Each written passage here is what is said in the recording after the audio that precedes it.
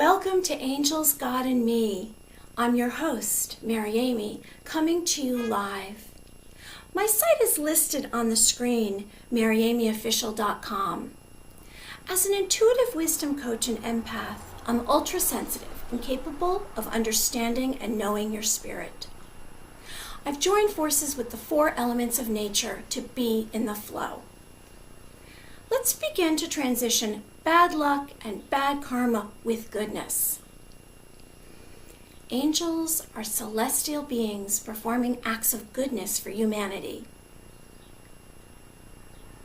I hope to bring us together in a peaceful way of life. Well, on our show today, we have topics, a weekly quote, we have a meditation.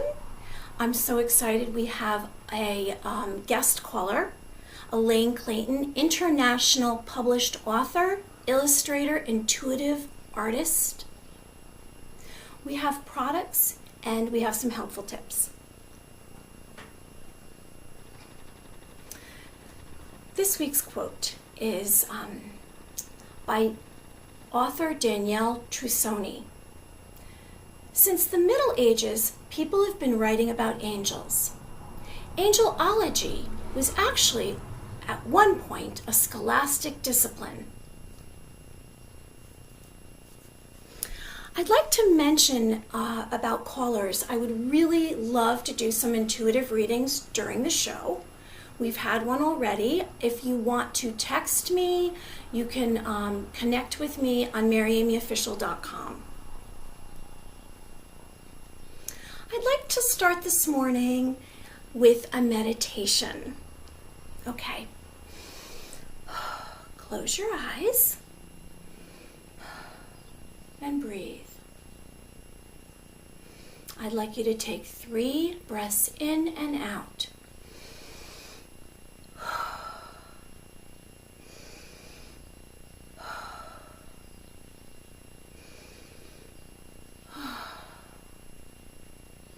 Let's do a body scan and check from the top of your head to the tip of your toes if you have any stress in your body.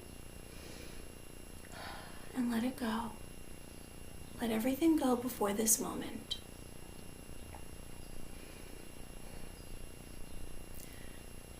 You are walking on a dirt path, up a hill, and there's nothing on either side of you that's visible. As you walk, you see ahead that the path divides to the left and to the right. To the right, you see something familiar waiting for you. Looking left, down that pathway is a bright, glowing light, but you cannot see where it leads. You must decide now which path to go down. You've chosen a direction. As you approach it, you realize it's not what you expected. Should you turn back or continue?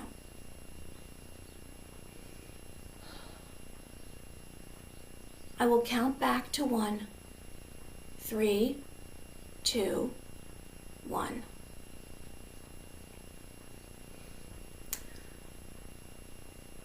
I'd like to share some angel facts this morning.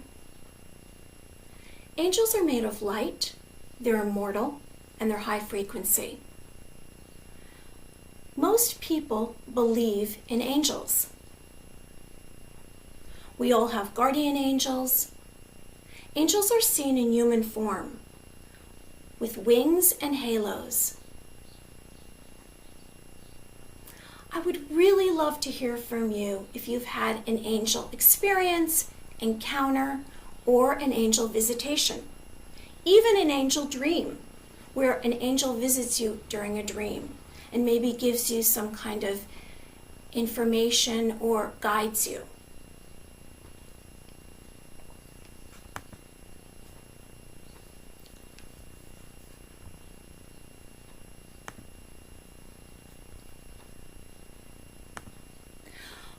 was doing research on angels, I came across someone, and he has done quite a bit of research, and he's done many lectures, and his name is William Henry. And William Henry is actually an author, and he is one of the hosts of the History Channel Alien and Ancient Aliens. You have to forgive me, sometimes I stumble with words. But he did this really extensive research and show, and you can find it on YouTube. It's called The Lost Spiritual Technology of Angels. And it's really interesting how he brings up the seraphim angel, which is the highest ranking angel, who's the closest communicator with God. He is guardian of the throne of God. So the seraphim, and I'm saying he, but it's non-gender.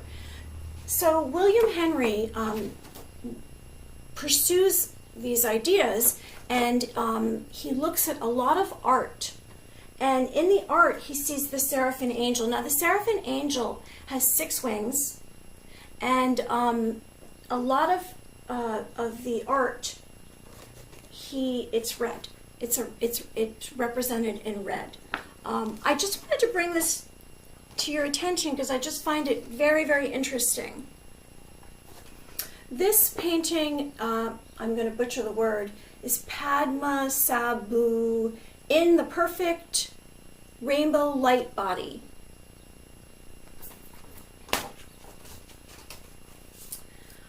So, again, William Henry, he believes that the seraphim angel is pure light, pure love, and has direct communication with God. He's quoted as saying, having inextinguishable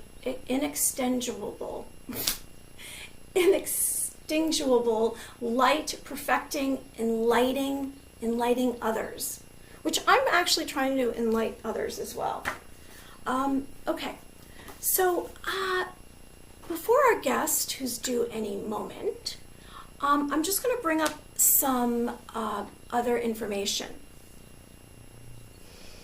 Let's see, I don't have my t-shirt out today, but I do have a t-shirt on my website, Angels, God, and Me. You can find it and order it. It's $28. And if you are interested, please tell me why you like the show. In the past, I actually wrote some of my own books. I'm just going to bring it up. I wrote The White Light Prophecies when I was going under the name Blue Butterfly, before I would acknowledge that I actually have some kind of supernatural, paranormal, strange abilities. And I just more recently finished this book. It's called Earthly, it's for children, Earthly and the Gemstones. I am a lover of gemstones. I have them everywhere. And this book is about a gnome who goes on a journey and he collects the gemstones, which each represent a different virtue. Love, peace, nature, wisdom, spirituality, and vision. I did not illustrate this. I had a wonderful illustrator, Kristen Travers, do this. There's Earthly getting the nature gem in Egypt. Okay, let's go on to some personal topics, or personal discovery topics.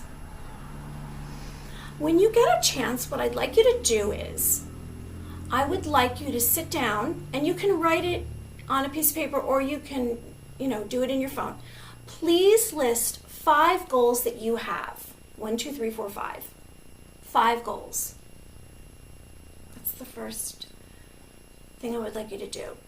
Second, I would like you to write down 3 of the last sleeping dreams you can remember.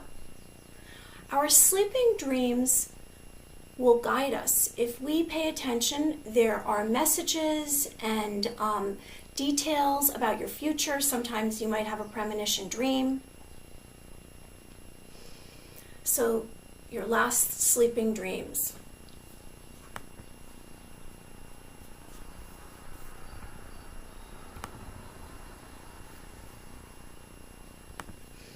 Which brings me to, I had a viewer send me a question about her dream. And she asked me, her name's Christine. Hi, Christine. So glad that you're one of our viewers. She said, what does it mean if I see animals in my dreams? Well, Christine, the significance possibly relates to, could be one of your power animals. It could be your animal instincts. It could be bringing forward the part of you that's the strongest characteristic that's related to the animal. And that animal is probably trying to guide you towards something. We can all look up, you can just Google whatever the animal is. There's also dream dictionaries out there to find out what a particular animal means.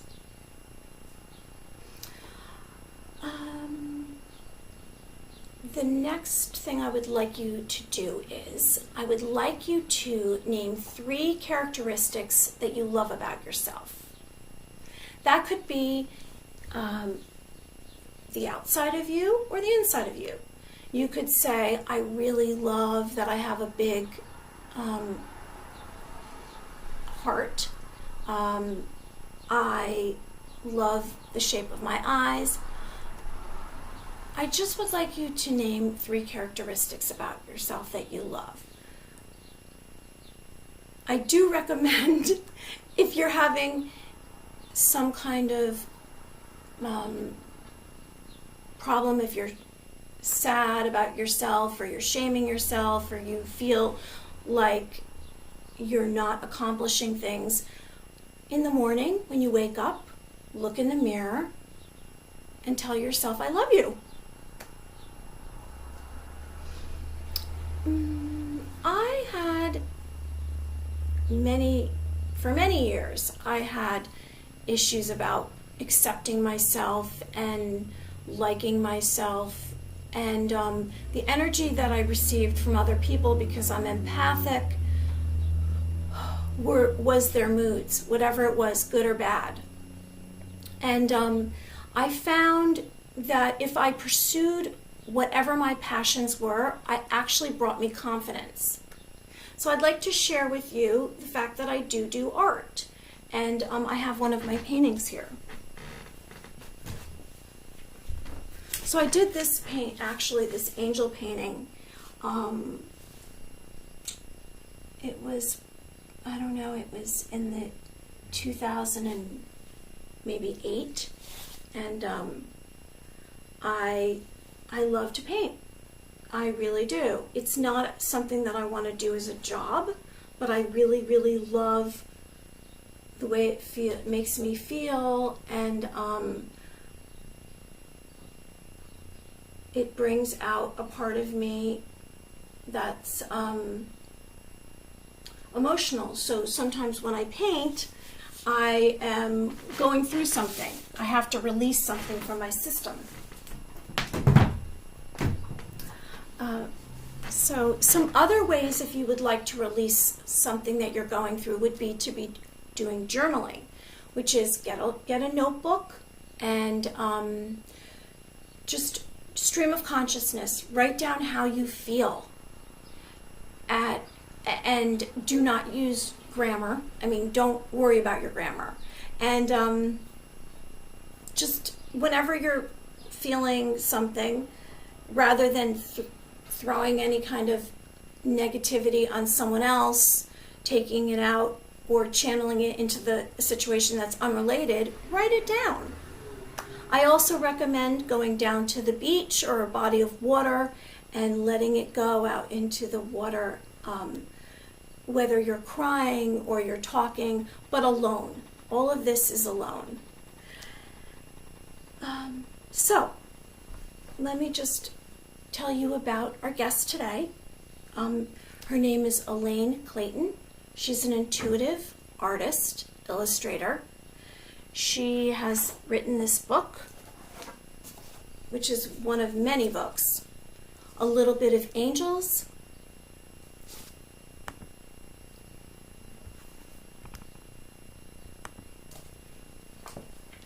Here she is now. Hi, Elaine. Hello, good morning. How are you? I'm great. I'm just talking about you a bit, and then we'll get right into it. How much time will we be on? I forgot to ask that. 15 minutes. Okay, that's perfect. Thank you so much. Okay, so today we have Elaine Clayton, and here's a photo of her. Here's a quote by Elaine. Angels protect and guide us. They often intervene by taking material form and shape or by influencing positive outcomes in sight unseen. Welcome, Elaine, to Angels, God, and Me. How are you today? Oh, I'm great. Thank you so much. I'm really, really happy that you asked me to start my day this way today. It's a little early for some, but here we are. And you know what? It's a great way to start your day. Yes, it is. And the birds are singing outside, so we're in here singing together. Oh, well, I just started doing this show, and I did research, and I looked for books, and I came across your book, and I actually mentioned it last week, and then I read in the book that you were pretty local to me, so I reached out to you, and I did read your book, and I'm fascinated. We do have some crossover similarities between us. And I'm fascinated that in the book you describe some angel visitations. Would you share with us some of those incidents? Well, sure. Tell me which ones grabbed you the most. You know, do you have any that you relate to or that reminded you of some of your experiences? There's so many, you know, and there's so many. We have so many things. They can come in small synchronicities. They can come in dreams that really capture us. They can come in larger, you know, episodes in life that you just can't believe. You know, they can come in almost whimsical, you know, experiences that we marvel at, that we're not sure. You know, so I'm not really sure which ones captured you the most, but I'd love talking about them, and I'd love to hear any that you've had. Oh, okay. Well, I identified with probably all of yours. I have a very strong memory of this dream that this angel visited me, and I'm actually going to start a painting related to that. So, oh, wonderful! Yeah. So if you. That and another time, actually not in a dream, I was visited by, I'm assuming that dream, the angel dream, was an Ark Angel, and then these two other angels that visited me years apart. One was colors of pink, and she came right in front of me. And it felt like it felt very much like a feminine presence, and it was. Tell me visually. I'm so intrigued, if you don't mind. So you saw pink this light. This is about you, Elaine. I know. I'm sorry. I love. You know, you could tell I love hearing anyone's stories, but well, definitely. It's interesting because I think I need validation, because I live my life sort of singularly. Aside we all like validation, but I will tell you this: when you experience what you did, just the little bit that you did just say, you don't really need anyone to validate something as powerful as what you experienced. Anyone that you talk to might say, "Oh, it was just a dream," or whatever. Or it was just whatever. But when it's transformational for you, it can't be denied. A dream can't be denied. They change us, right? So, you know, a spiritual event like that where you saw pink light and there was a feminine presence before you and you were moved by it to the point where probably it affected you in ways that made you change your course in some ways that were meaningful. Who do we have to prove anything to when something like that happens, right? Right, except I say, did that just happen? Did that just happen? Yeah, well, we all do that, but you don't have to make any, no one has to, there's no test for these things. There's no, really, what validation could we get, other than to say, I experienced this and it was meaningful and it matters. And it's the same thing with art. Like when you do a painting about an experience like that or another, it either matters to someone when they encounter your art or it doesn't. And they don't have to try to qualify that impact the art has on it. If someone said, prove to me that art had impact on you, how are they going to do that? Right? So things in the realm of imagination, creativity, spirituality, how does that get proven and validated? We just proclaim that it had an impact, and then we go do things with it, with our lives. So I think that we live in this rational, logical world where, we seek, and we make people think that, or they make us think sometimes that, validation has to be some proof of some kind in some really narrow way that it doesn't even apply to most of the things that matter to us, So I wouldn't worry too much about it. I would just enjoy so fully that you experienced it, and then just you telling it to someone, just like you did to me just now, just a little tiny bit you did say, it changed me a little, because now I'm so curious, and I have a picture in my head, a little picture in my head of something you experienced, and I kind of want to know more. And you've added to my repertoire of angel experiences because you had something happen to you. And then if you have artwork that you do about it, then I want to see it. You see what happens? Yeah. Whatever's meaningful to someone else can be meaningful to someone else, and so forth and so on. Yeah. And yeah. It's so I think dreams. I think angels coming to us in a dream state is one of the most powerful ways that they do arrive, because we're not on task thinking of other things, like ordinary things. So I mentioned in a little bit of Angels book, a few of the angel encounters that I've had are from dream states. One of the ones was before a major transition. There was this sort of I never had him before, but he was like you wouldn't think of him as an angel like what you described a minute ago, an ethereal pink light kind of angel. That's more what I would think, an angel would appear, and many have appeared that way, a translucent sort of energy form, or maybe you think of the winged feminine, sort of light presences, things like that. This was a very no-nonsense, almost urbane, organized, male, very punk. What's the word I want to say? Is punctilious? Is that even a word? This person was very much a scheduler of my agenda. And the way the dream unfolded was, the message was, I will get you where you need to be with precision. I mean business. And I will, you don't need to worry about it. I'm not here to joke around. I will get you there when you need to be there, and it will be done exactly the way it needs to be done, and you will have exactly what you need to have, exactly that moment that you need to have it. And, I didn't wake up like with this, wow, I had an angel. It was like, what was that?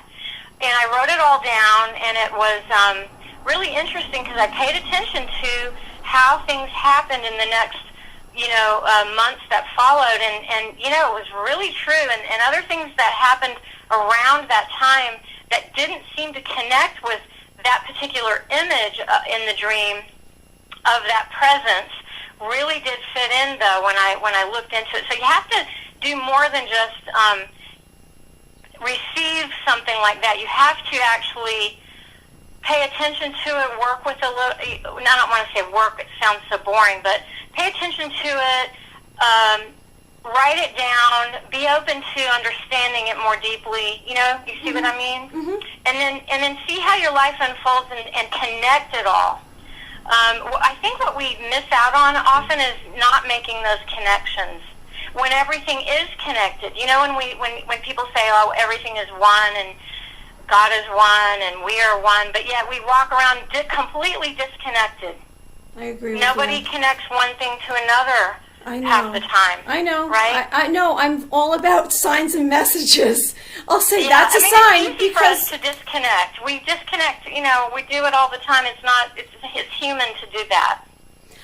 But it's more fun when we realize things are connected. Then we don't have to feel like life is in opposition to us. You know? I agree with you. I mean, I'm all about connecting with nature because there's a flow. There's an unseen flow, the way things go. And I know when things are out of whack because there'll be an indication in the beginning of my day. There'll be something that goes wrong, and then there'll be like a similar situation at the end of the day. It's very strange. I think your point is so important because if I wake up and I am disconnected from love itself, from the sensation of or the beingness of what I feel is love, which is, what is that? How do we say? Absolutely just no negative emotion. Being in a receptive kind of mode of allowing myself to love myself and others. And I walk the dog, and I have a lot of negative thoughts, and I'm stomping around out there, and I don't remember to look at the sky or the little buds that are starting, to make their way, or, whatever's beautiful out there that is happening. That's me not being connected to nature. Right. But nature is there, kind of trying to make me realize that I can have that sensation of oneness. I have to be willing to recognize it. I had a really transformational dream once. I won't go into it because, it's a lot, but I don't even think of it as a dream. I think of it as it was an astral experience. It was something I needed to have, and it changed my life. It absolutely changed my life. But when I don't remember it, then I'm off track. But it was really and truly that every atom has that life force in it, that little speck of light that is conscious. It's not that the leaf is out there or the twig is out there. It's that these things are actually conscious. And in this experience, all of these particles out there, the clouds, the mist, the grass, they could all talk to me. And they were delighted. They were giggling and communicative. And, we don't talk to the grass normally, right? We don't think of anything as alive like that. So we don't. Sometimes do. I'm in a bad mood. I'm stomping around. I'm not talking, half the time, right? I'm in my head, so I don't relate that way. You have to look at an old Disney film to get back to that. You have to be a kid again to remember to do that. Well, that is the state to be in, though, to be happy. Right. To remember that. So if I go back to that experience that I had where, oh my gosh, everything is alive. What if everything is conscious? What if the chair you sit on right now actually is alive like it was when I was little? When I would talk to things, inanimate objects, I would say, oh, I'm sorry if I bumped something, or if I chose one pair of socks in the morning, I would say, I'm sorry to the other pair of socks. I'm not wearing you today, but I will wear you tomorrow, kind of thing. It makes everything a little bit happier. Yes. And, you're not as disconnected again. It just felt like unconditional love is a little bit more real than if I am not aware in that way. It's a lot happier. It may seem crazy to people, but I'm a lot happier if I realize life is in all these particles around us. I have my own, I love what you just said, because I have my own way of kind of getting to the place. You know, I mean, we all can have days where things just feel out of sorts, and we might be in a mood or overstressed or overwhelmed, but it can't be a constant, because it's just going to get everything's going to just seem darker, darker, darker. So I have... Well, yeah, it's normal throughout the day you're going to have times, and you have to be expressive in all kinds of ways throughout the day, every day. Yes, and I just have found certain things that I can do to actually bring light, which might be that I intentionally go and walk 15 minutes in nature with nobody, by myself, no phone, or I do a visualization where I visualize a big glowing light that surrounds me so that I can connect to the light in my heart. And, you know, I think that they're going back to the dreams and the angels. I think angels are a way for us to see more, to connect to more, to understand love and beauty, and to bring us to where we are at our happiest and we are enlightened. Well, and also we do live in a duality, so we have light and shadow here, right? And this isn't all pink, fluffy, happy. I'm talking to the clover.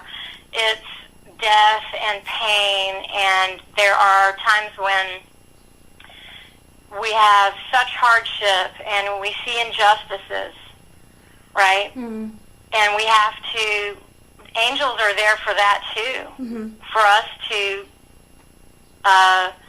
what do you do? How do you bring the light to a dark situation? How do you bring love into a shadow? How do you do that? How do we do that? That's a thing we have to grapple with every single day too, right? Kindness. Yeah, we have to. I That's think it's kind of all what about we're here kindness. doing, isn't it? Because you can't just say, "Oh, I'm gonna be soft about, you know, someone being abused or something. I'll just be soft about it." How do we bring an action of love into something that we can't be okay with? How do you do that? So I think that a lot of the angel encounters that I've had are about that theme, love, and the love in this dynamic of light and shadow. You know, I talk about this in the book. I think it's in the Little Bit of Angels book. It might have been in another one about I had this again came in a dream. I was in my studio in Connecticut in Litchfield County in this dream, and this was in a time when I had little kids, so they were my main focus, and then on the weekends or whatever, I was a children's book author and illustrator at the time, so I had a little bit of time in the studio to do that work. And in the dream, I was in the studio, and there was this African American guy that was like your best friend type of guy, and he was leaning in the window. Does this sound familiar? From the book? I think it is, or it's I think it does sound books. familiar. That's what I thought. I thought it does sound familiar. Yeah, so he was leaning in the window just talking to me like the way, you know, best friend would just be hanging out with you. And he was so much fun, and he was relaxed. He wasn't about the ego, like, oh, I got to do this, I've got to be this person, it was a very non-ego thing. And I was having fun with him, and I realized, wait a minute, this studio is in the second floor of the barn.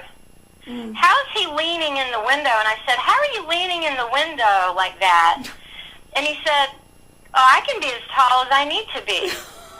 You know, because he's an angel, right? And they can be very tall. And so, but there was another circumstance later, not in the dream, later, in another point, like a few months later maybe, where I was really being demanding in a prayer. This is not a dream. Later, though, I was saying in a prayer that I demanded something. I was being real bratty. I wanted something to happen. And that night I dreamed, and that same guide, that same angel, said to me, don't push the river, don't mess with the time. That wonderful friend, best friend, lighthearted angel yelled at me. He yelled at me, don't push the river, don't mess with the time. Because the reason was, when you pray real hard for something, you kind of get what you pray for. You know,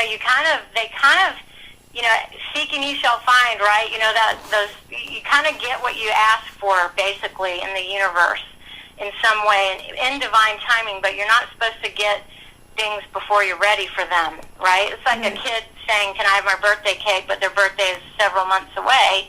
You say, not yet. Well, I'm just pointing this out to say that sometimes even a very loving angel has to put his foot down. You know, sometimes we have to, you know, in our earth life, we have to say no. We have to fight a fight. We have to say something's not acceptable. You know, that also is love. That's also an angel's way of being. You have to sometimes work with the light and shadow. It's a very interesting thing to try to figure out. Elaine, you know, I wanted to ask you, because I find it fascinating, the different angels and the different types of angels. And you mentioned the Ark Angels. Can you give us, before you go, some information or something you want to tell us about Ark Angels? Well, you know, I'm not like a real scholar about archangels in particular. You know, I have a wonderful Kabbalah teacher, Justin C. Beck, and in the book A Little Bit of Angels, there's some good basic info that he gives about the structure of angels in in ancient Judaism. You know, the basic kind of form of how that concept was developed. And there's a wonderful, beautiful format for the way that it's like a hierarchy, you know, of the realm of angels. And I think you know, to go into that is a really interesting thing, you know, to sort of break that down into the, you know, the levels of, I don't want to say power, but their roles, their different roles. Right. You know, so that's a lot to go into, but it's the most wonderful thing to go into. And I know you mentioned when we first started talking, you mentioned archangels. Did you say that you felt an archangel came to you? Is that what you said? Yes. Because do you know which one? Did you get a feeling for which one? Well, it was interesting. You know, prior to that visitation, which was in a dream, I had seen these angels that came to me while I was awake, and they just kind of, they were feminine, for sure.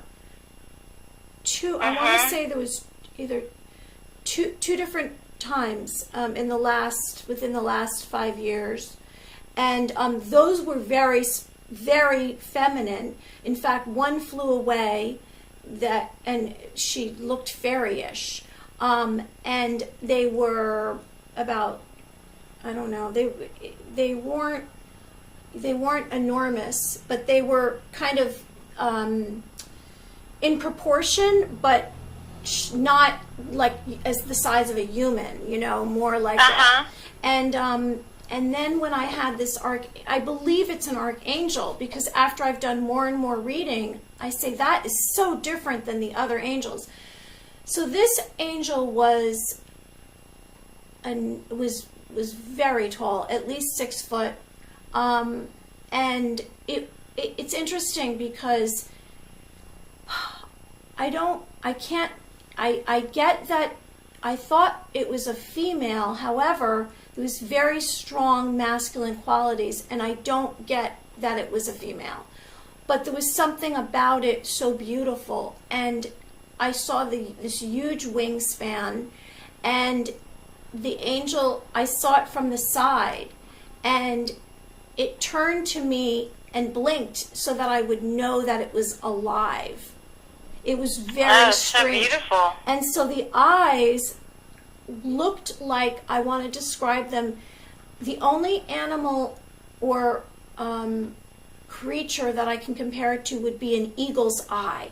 So that's very powerful. Very powerful. Well, you could look up symbology of which angel is associated with eagle. Oh, okay, that'll be... Which archangel is associated with eagle. Mm-hmm. That's the wonderful thing. Well, and also, I think angels are abstractions, really, of light and color and form and energies, right? And then they can appear in all kinds of ways for us to understand them, right? They can appear with human form, with wings, or with animal identifiers, right? Right. And they can appear like when people say they see Michael, Michael has a sword and all that. And so, but that maybe in their actual essence, they're these forms of energy, or they're whatever the person needs at the time, however Exactly. that it's the most meaningful for the receiver, right? Right.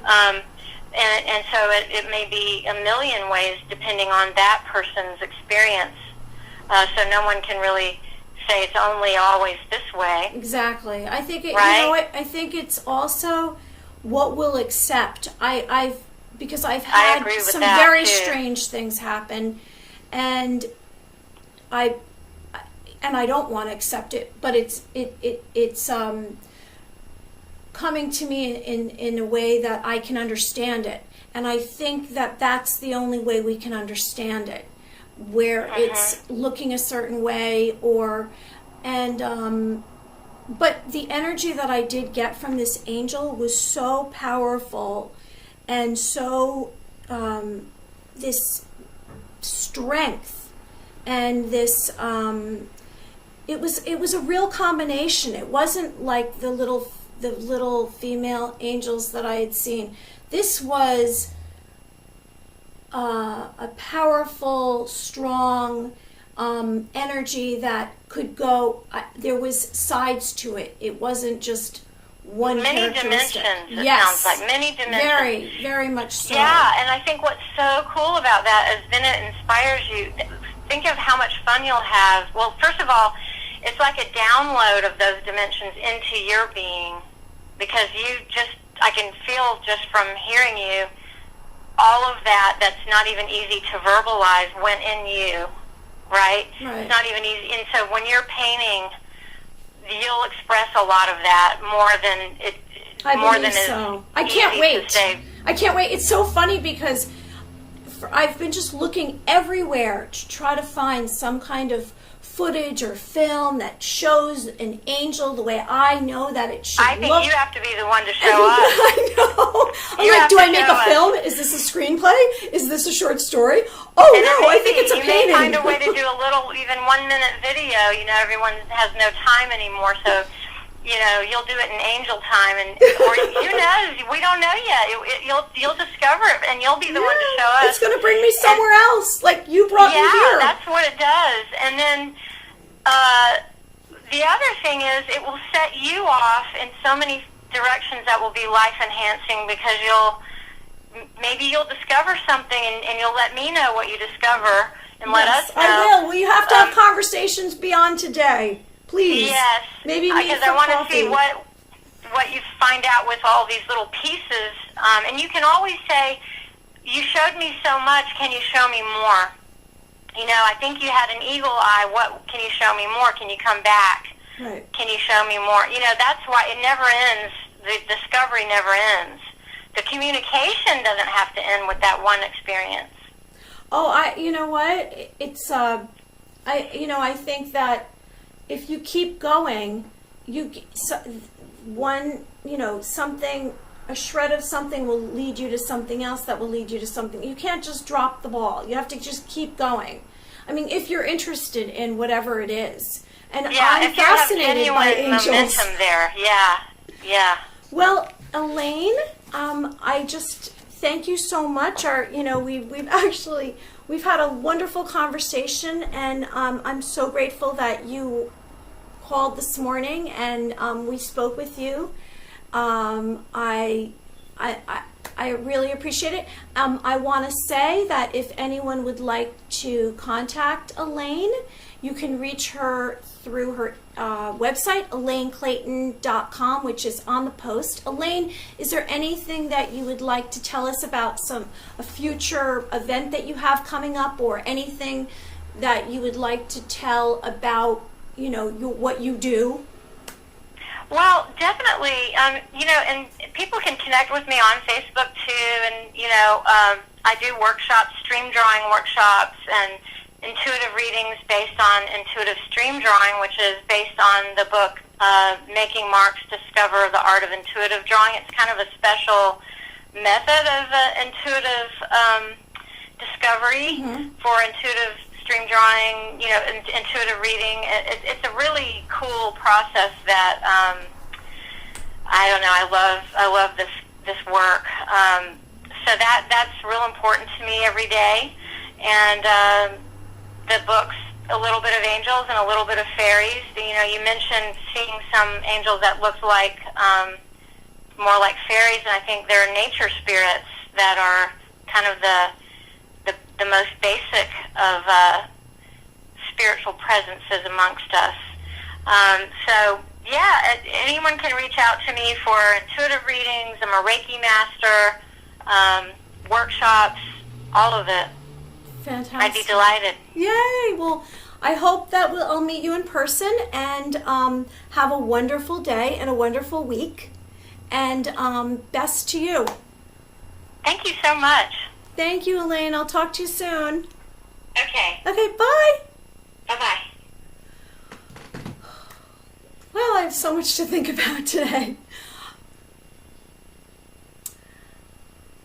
Thank you for joining me. Please follow me on Instagram, Twitter, Facebook, Mary Amy Official. Wishing you create light, art, actions of kindness and compassion to clear away darkness, lasting repercussions through a chain of events. With awareness, you can change your focus, your mood, yourself, and your happiness.